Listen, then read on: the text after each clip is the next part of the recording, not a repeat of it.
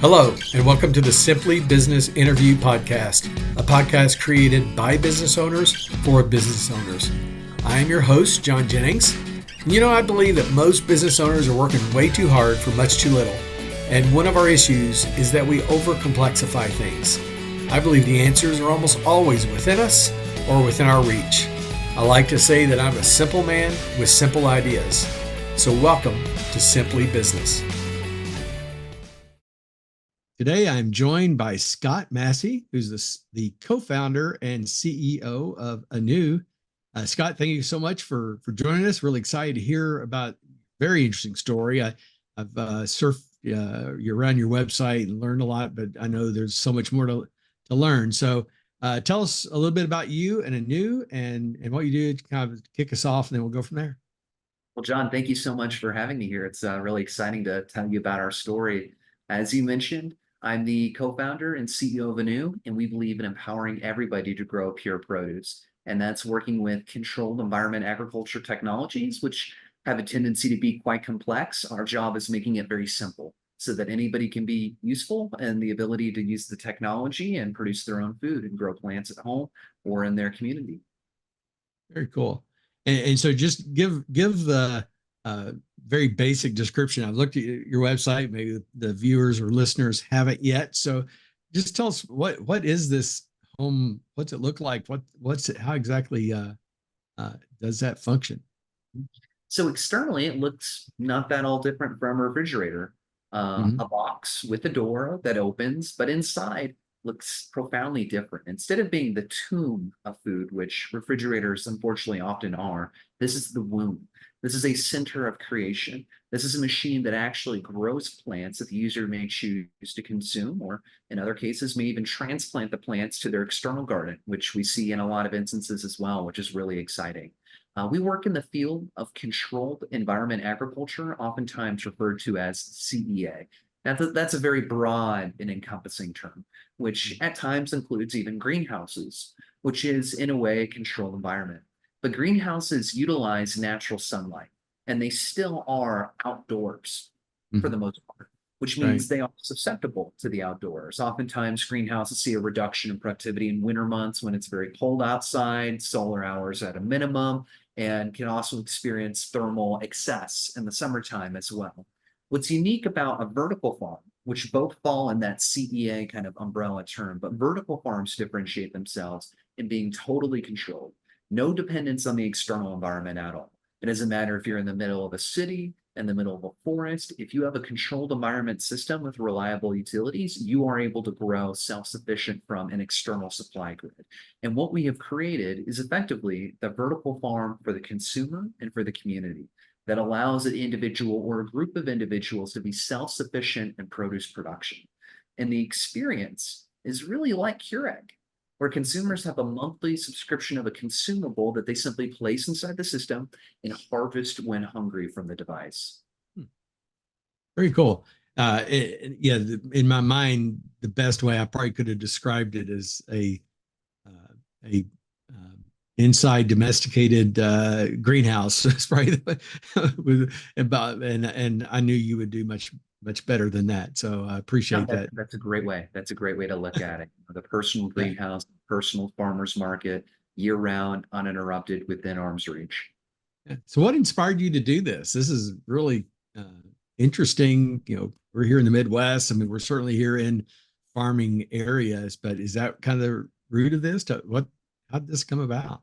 Well, I'd say it's kind of a combination of all the above, literally. I am a product of Evansville, Indiana, and John, I was so excited to hear that you've spent some time here so you can appreciate Evansville has this long-standing history of appliance manufacturing and engineering design, in addition to a lot of consumer packaged good design. There's a great number of fantastic companies develop polymer-based products that we use every single day, made right here in Evansville. And this is home for me, and this is the environment I grew up in.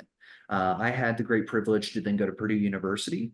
Wonderful institution, great environment that I was, frankly, lucky to even get into, and even luckier to get out of, because it was a top environment. And that's exactly what I think a college student needs. And a great basketball team this year, just to throw that in. Oh my gosh. Yes.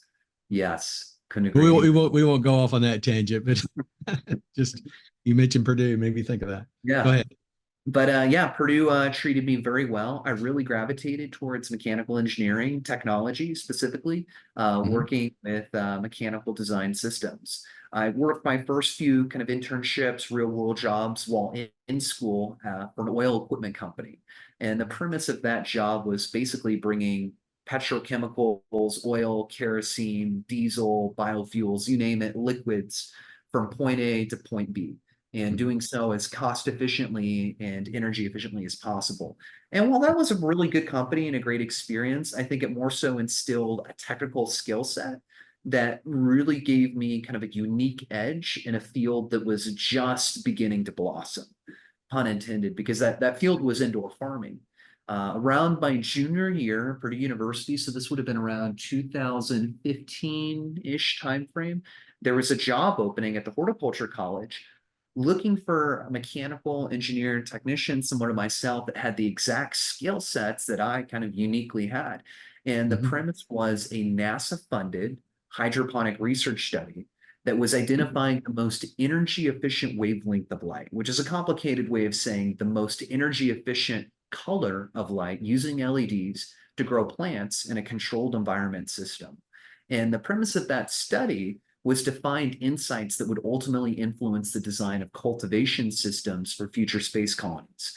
And it may sound crazy, but within our lifetimes, there will likely be permanent human habitats set up on the moon and eventually Mars, and they will need to grow their own food. It is untenable for food to be shipped there in real time, much Right. less perishable food, which is critical, so critical to an individual's health. What's on the back of a food safety label, your nutrients, your minerals, those are very important, extremely important.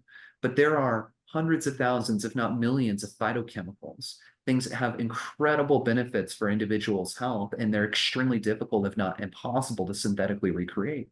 But what we can do is recreate the farm in environments that are not naturally conducive for farming. And that was NASA's interest in the field. And that was my role, was developing the fluid control system, applying my fluid control experience from the oil industry into these NASA funded hydroponic cultivation systems. And I have to say, John, I just fell in love. To me, this seemed like such a natural future. Of course, the Midwest is known for agriculture. When you step right outside the city of Evansville, it's cornfields as far as you can possibly Right. see. And that's just one agricultural segment that makes up Indiana's great, the Midwest, great agricultural economy. And I think somewhere between those convergences of experience, Purdue being a world-leading agriculture school, in addition to having a, nation-leading basketball team, they have a great agriculture program. Right. Being from Evansville, which has this long-standing history of consumer packaged goods and appliances.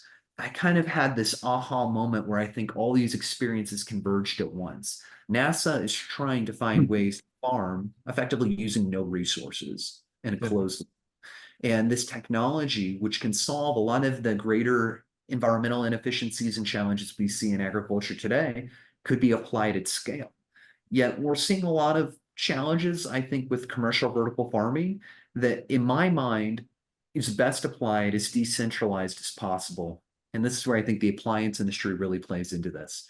When you think of what a refrigerator is, it's an environmental control chamber for the home. It creates a cold environment to store food. It's not, you know, a big stretch to think of the machine that instead of storing food could now grow food when the very dimensions of these appliances that store food are made to keep a household's food quantity on demand. If there was a way to develop a system that was energy efficient and simple enough to use, you could create a fantastic recurring revenue opportunity developing a consumer growing system. Imagine a refrigerator that instead of storing your food, grows it. And I think it was just kind Absolutely. of through that long drawn answer, just that culmination of life experiences that I kind of uniquely, and especially at the time, unbeknownst to me, positioned me very well to go into this rapidly growing industry category. Very interesting. Straight out of the science fiction movies too. I think of The Martian, right? That was a Yeah. big part of that movie was him figuring out how to grow food on Mars. So that was very interesting. So, what's been your biggest surprise as a entrepreneur, as a founder? Uh, what and so you're what 6 years in or something like that? Yeah, something like that. Yeah. It's kind of hard to count the early years too when you're a student and you're working in an idea. Um, I think what surprised me is just the phenomenal level of community support that we've been so blessed to enjoy. I had an idea. I was 21 years old at the time, and I knew very realistically, reading headlines of vertical farms getting tens, hundreds of millions of dollars in funding, that was out of reach. No one was going to fund a 21-year-old. No one, I guess, competent at least, is going to support someone that age with that little experience. But I knew if I could set a very tangible goal, then I would have something very real to work towards. And something Purdue University just does so well is host these pitch competitions. And they're kind of in the style of like a Shark Tank style event where an individual goes on stage and you may be a little uncomfortable at first, but that's the point. It gets you out of your comfort zone. And I was just surprised going into it that I knew these competitions existed, but if I spent every dollar and cent that I had and then some and built a prototype, filed a patent, that there was real events that existed that could provide funding to recoup my investment. And these events weren't just, a shout into the void. It was events that were publicized, and that there are people in state and even federal institutions that look for that exact type of profile. It doesn't need to be a young person, but a person who's highly motivated, capable, and solves a real market problem that's pressing today. And I have just been astonished that as we've progressed as a business, there have been many instances where I didn't necessarily know what the future held in store. I was confident in the value that we provided, its competitiveness in the market, but I was just astounded to see the amount of resources that became available, or just through what felt like serendipity, were almost being created as we needed them, whether it be city, state, or federal opportunities. Yeah, so I've had the opportunity to work with some startups, and I've been involved helping them prepare for those pitch competitions and stuff. And I know there's this balance. I mean, some entrepreneurs get in this trap of they're constantly pitching, and basically they're pitching to raise money for the next pitch almost. And I'm probably oversimplifying it. How have you managed to, not become just one pitch after another, but selectively finding those ones that make the right sense, that give you the capital you need? I think it's, and this is just my personal opinion, and it's what it's any listener or anybody's paying to hear this, which is they're not paying anything. Right. I think you have to wholly and totally dedicate yourself to something. I think, and there's a great book I'm reading right now called The Wealthy Gardener, which I would recommend to anybody. I'm reading a lot of stuff in that book that, was not obvious to me at the time, and kind of conscious decisions that I had made that I'm now reading almost falls into a formula that some people, particularly that book, would recommend for success.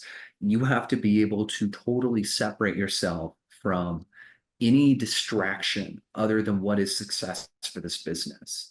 And while the funds of those competitions are great, this is a means to an end.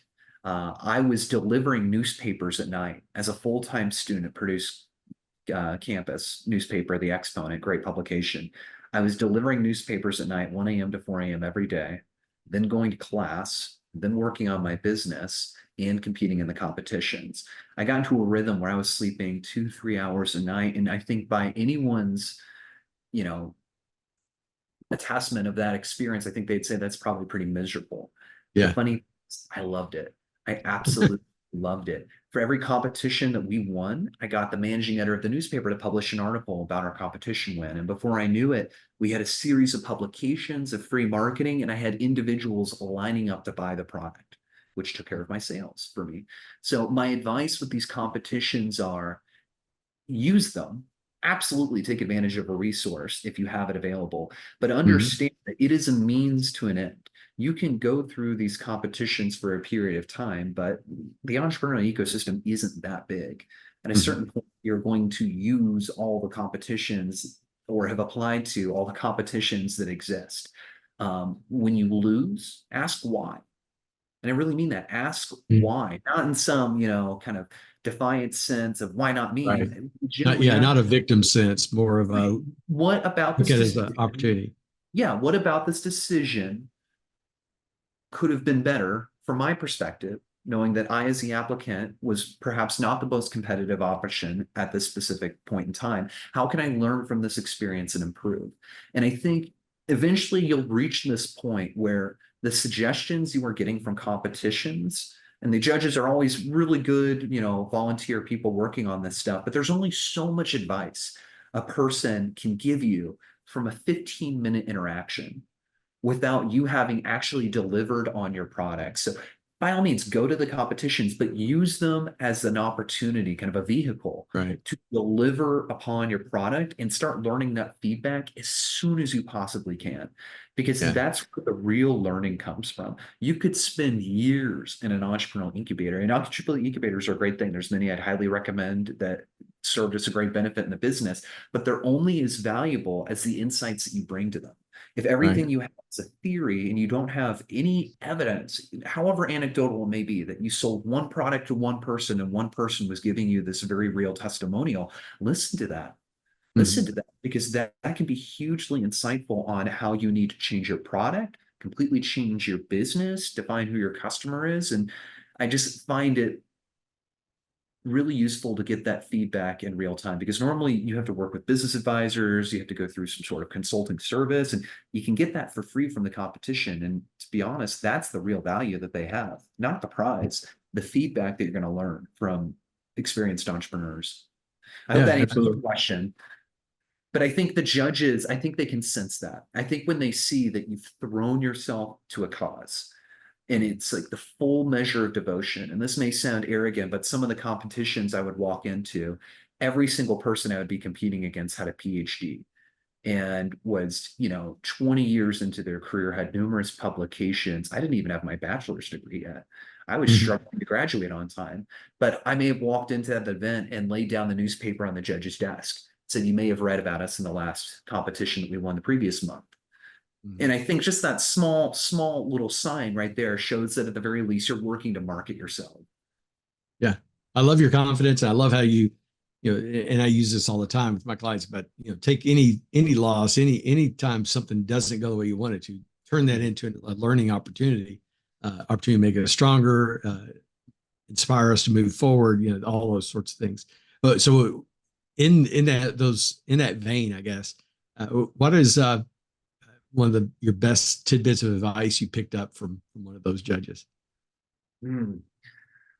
Best tidbits of advice from the judges. Yeah, it's hard to say because there's so much. I think the best advice I can give is that when you're pitching, learn to tell a story. We all know about the 10, 20, 30 slide rule, 10 slides, 20-minute pitch, or however that needs to be frameworked. And that's great. That's great. But that came from Robert Kawasaki, by the way, who was one of the very early Apple employees who worked directly with Steve Jobs, who's oftentimes cited as one of the most, successful entrepreneurs in recent American history. Not questioning any of that.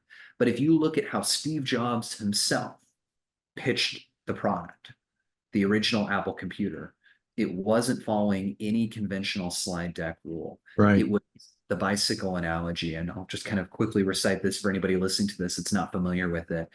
Steve Jobs cited a Scientific American study that measured the efficiency of locomotion, which animal could get to 1 kilometer distance with the least amount of calories of energy expended. And humans really weren't that efficient. We're kind of like midway through the list, we're walking, we're bipedal. There's a lot of energy exerted to get to where we need to go. The most efficient animal was the condor, a very large bird that could glide effortlessly for kilometers on it. It blew away all the other animals in its measure of efficiency of a locomotion. But the people at the Scientific American magazine had the intuitiveness to test a man on a bicycle. And they found that humans on bicycles then became the most efficient animal in measures of locomotion. And what that really kind of the takeaway there was that humans have this natural innate ability of being tool builders. And we create these tools that amplify our natural abilities. The reason Steve Jobs would make that analogy, or this is how he'd make it, was that he had the great burden of telling people, what is a computer? Why is it important to connect to the internet before anybody even knew what a computer was, much less the Apple computer is the best computer. Well, he'd said the Apple computer is a bicycle for the mind. It multiplies, it dramatically enhances your natural innate abilities. And it was really around the time of, I think, 2017 that I gave a TED talk at Wabash College, which was just a great group of people to work with, that they really kind of changed my perception of how I was pitching. Make the business model case. Absolutely. Any experienced entrepreneur judge should be able to pick on that very quickly. But I also learned to make an analogy that I think helped people understand the order of magnitude of significance of how this industry is evolving. And I like to make the comparison to the ice industry. When you think about it, our ancestors 100 years ago got ice once a year. When it was cold enough for water to freeze outside, we were climate dependent, kind of ice 1.0. Then there was ice factories, massive centralized production facilities that could produce ice independent of the season. They still delivered a highly perishable good. Ice melts, as we know, but you could get ice in the middle of the summer, which was revolutionary, but not all that profitable because ice factories were really expensive infrastructure, really expensive power, and really expensive labor to deliver a perishable good in a supply chain. But I don't think, and John, I know we're just now getting to know each other, I think that you don't buy ice from an ice factory. I think you have access to a personal ice factory. I think you probably own or at least have access to a refrigerator, the means to create the environment you need to produce ice year-round, independent of the season, without distribution. Am I right? Yeah, and it does it on its own. It just, you hear it comes down the chute once an hour or whatever. Yeah. Vegetable farming today is a lot like the ice industry 100 years ago. We are climate dependent. We can farm whenever the climate allows it. And if the climate were to change, or if any of the other dependent variables, whether it be the inputs that go into the field or the labor or any one of these things, which is very delicate, become disrupted, then the food supply chain would be in for a major reckoning. And I think we've seen that already during COVID. And I pray that we can be proactive enough to avoid this before the next, significant event happens in our time. We see a lot of large-scale vertical farming facilities now. These centralized facilities can produce year-round independent of the season, but there's still a huge infrastructure, labor, and power consumption, labor costs that goes into that.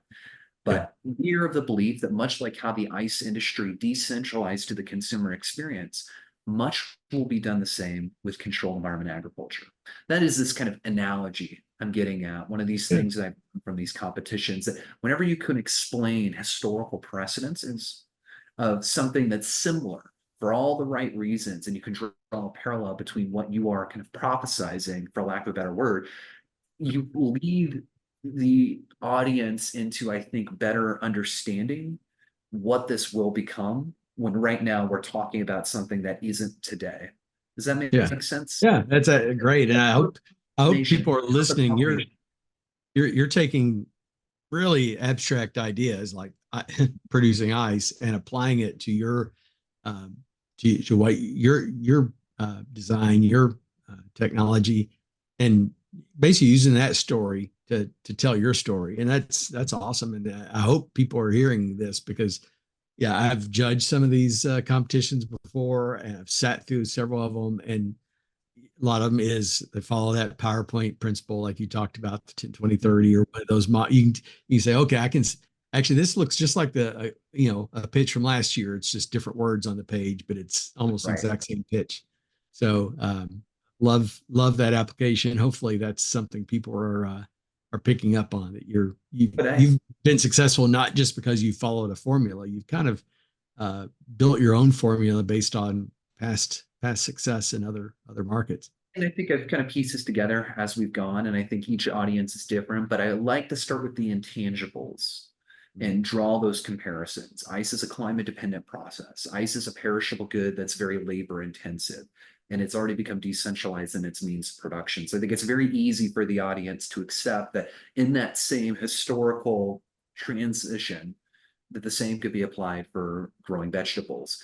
And then I conclude with very more technical, pragmatic details. Here's our unique advantages. Here's what the market's trying to do. Here's what's worked. Here's what's failed. Here's the business model. I think it's that perfect balance between the left and right side of the brain that really makes an effective pitch. Yeah, and there's been absolutely. competitions I've lost that I may have come back the next year.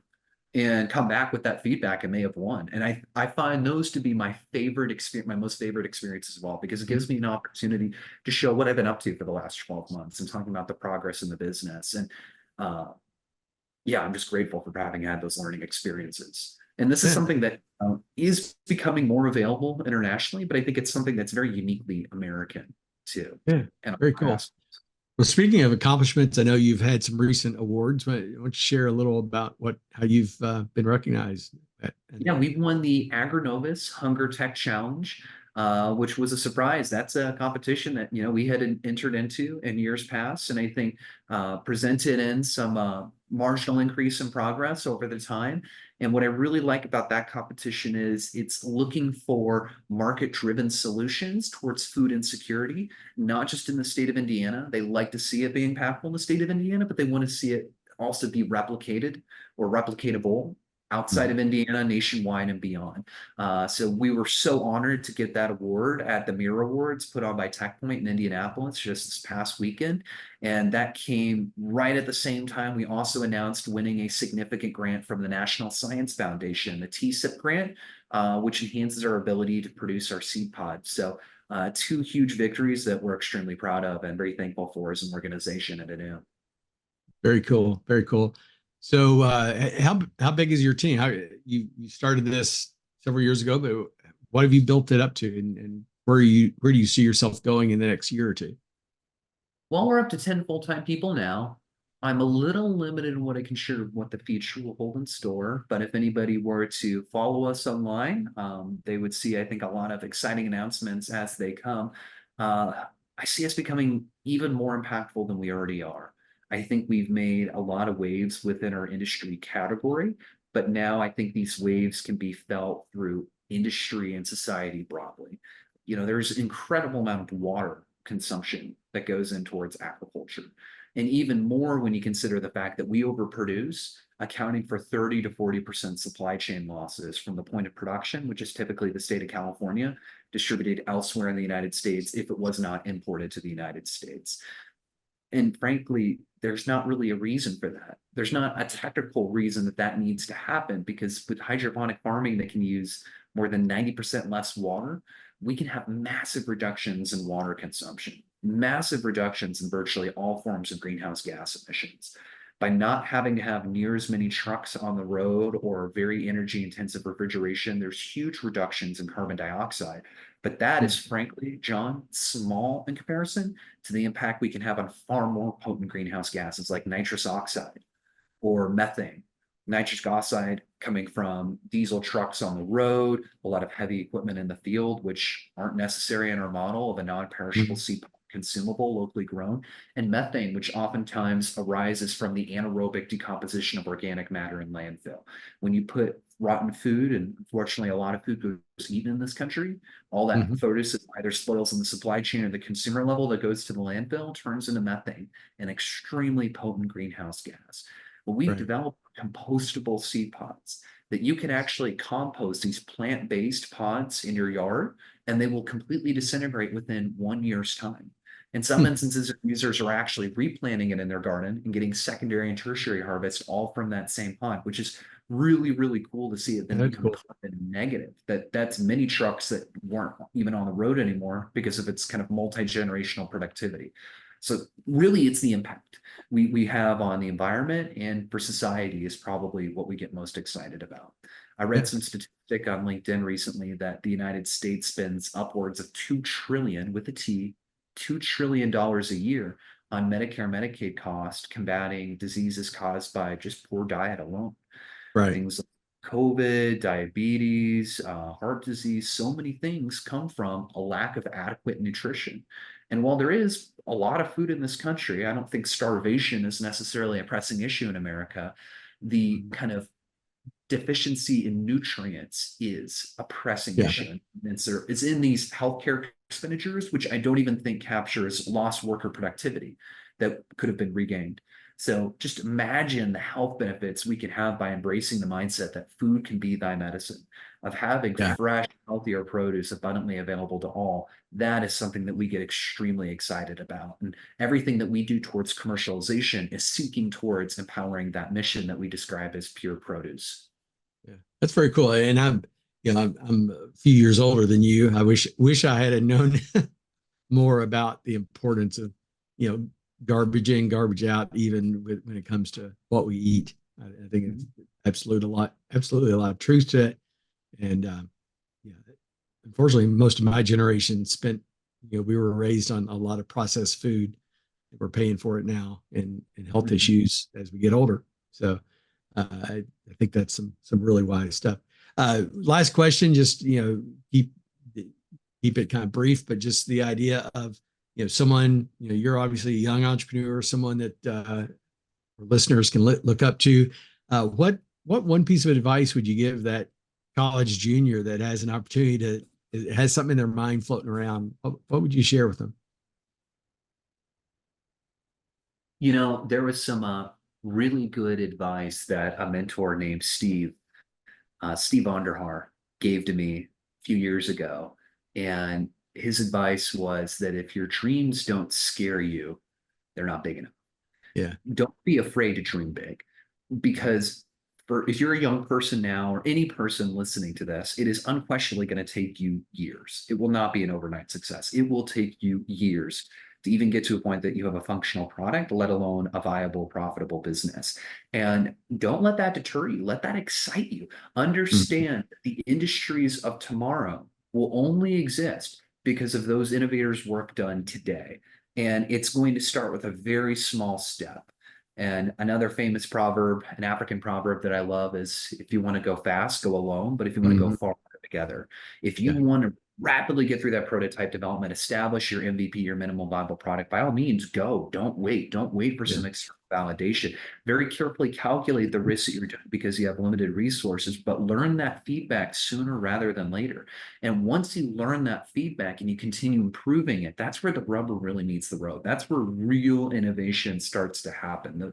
The execution sometimes shifts a little bit in the strategy as you learn things that are important, and you learn that maybe certain things aren't as important as you initially thought. But that kind of core value of mission of what it is you're trying to do, in our case, empowering everybody to grow pure produce, so long as that remains consistent, I think you can stand to do extremely well. And that means you're going to have a lot of sacrifices. It means you're going to have friends that are maybe confused why their friend doesn't have as much free time to hang out anymore. Family members may be, a bit confused why they don't see you as often because you are making very hard, serious sacrifices. But the reality is you're working towards some degree of financial freedom in addition to the mission that you're pursuing to achieve a better quality of life for yourself and those around you. So do not be afraid to adopt radical lifestyle changes that wholly and totally dedicates yourself to a cause, because this is a field where there really is no room for half measures. If there is someone doing half measures, they're going to be surpassed by someone working full time. And when I say full time, every waking hour, weekday, weekend, and minimizing even some of their sleep hours. Even if you're working half time, if you're starting 3-4 years before someone else working that full time, you're going to get surpassed very quickly if you're not working. So you have to be able to completely dedicate yourself. And that means working without pay, working without thanks or any gratitude, because it's going to be really just learning how to source that validation from within, exceeding what you may have thought was possible. Yeah, it's grandiose, but I truly believe all of those things. Yeah, no, I think it's great advice, and it's something that a lot of us, Simon Sinek and others, have talked about. The amount of personal sacrifice it takes to get something off the ground. I mean, there's plenty of jobs out there for people who want to just go and work at a desk and do something very functional and being very very productive in society. That's not what we're talking about here. We're talking about really going out on a limb, and for that small percentage of people actually do it. There's, I think one of the statistics is, I use it every now and then, it's something like 75 or 80% of people want to be an entrepreneur, want to be self-employed, but only a very small percentage do. And even a smaller percentage of those are actually successful at it. So one thing I love getting to do what I do beyond the business coaching part, just doing the podcasting part, is I get to meet business owners from around this region that I don't know. And I've met several that are young like you who have great stories, and it's very inspiring. It gives us, I think, gives me hope that the future's in good hands. And I appreciate you doing what you're doing and the inspiration you give. And we're in the Ohio Valley, and I've been struggling with my cough all day long today. Pollen's quite high. Real quick, just if someone wants to learn more about you or wants to connect with you, what's the best means of doing that? I'd like to think I'm very accessible on LinkedIn. So Scott Massey, ScottMassey. Follow us on social media. If you go to our website, growanu.com, that's GROWANU.com. You'll see all the social media links at the bottom of the page. Please follow us. I try and respond to anybody that reaches out, and I invite you to join us on our journey. That's awesome. Appreciate your time today, Scott. Your message is certainly spot on and very inspirational. And hopefully some of our listeners will find that, an inspiration for them as well. So thank you again. Thank you for listening to today's episode.